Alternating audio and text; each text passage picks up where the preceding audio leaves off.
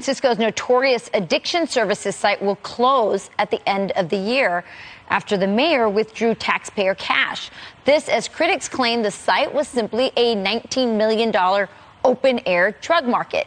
Meanwhile, in Portland, overdose deaths skyrocketed 41% after the state decriminalized hard drugs in an effort to, quote, help addicts. Here to react, Seattle radio show host Jason Rantz. First of all, Jason, so great to have you in studio. Wonderful. So you're reporting, obviously, from Seattle all the time for us. So I'm going to get out my woke dictionary.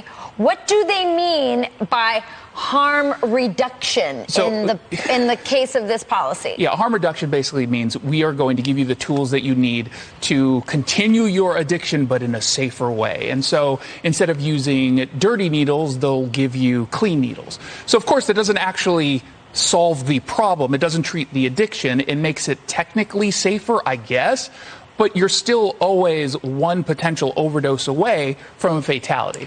We always knew in high school these parents who thought they were like, they wanted to be really cool and would say, if my kids are going to do drugs or drink alcohol, I want them to do it safely in my home. Yeah, do it in the house. Do it. But that does not work. No. That clearly doesn't work. And we're talking about folks who are chronically homeless, who are also addicted. They are going to die. And every single time we have these conversations about harm reduction, you're missing an opportunity to actually get someone the treatment that they need so that we can save their lives. But you're not supposed to do that because that might stigmatize the addict. Right, because that's what they wrap it up in, right? Yep. This compassion. We want to destigmatize it with no judgment. We should be judging people who are stuck in an addiction that will kill them. Not because they're bad people. They're not. They are dealing with an illness. But what they are doing to themselves and their families and the community, that's not something we should be celebrating or stepping back and say, oh, well, we don't want to stigmatize. No, we do, because we want them to get the treatment that they need. But also, the stigma can prevent other people from falling into it. There are people who might not go into drugs just because they don't want that judgment or stigma. Exactly. We have this permissive environment that Democrats have created in cities like San Francisco, Seattle, Portland, that say, yeah, it's okay if you're going to go ahead and try it. Just make sure you're doing it safe. Yeah, well, if you have a little bit more fentanyl than you think might be in whatever it is that you're taking, you're going to die.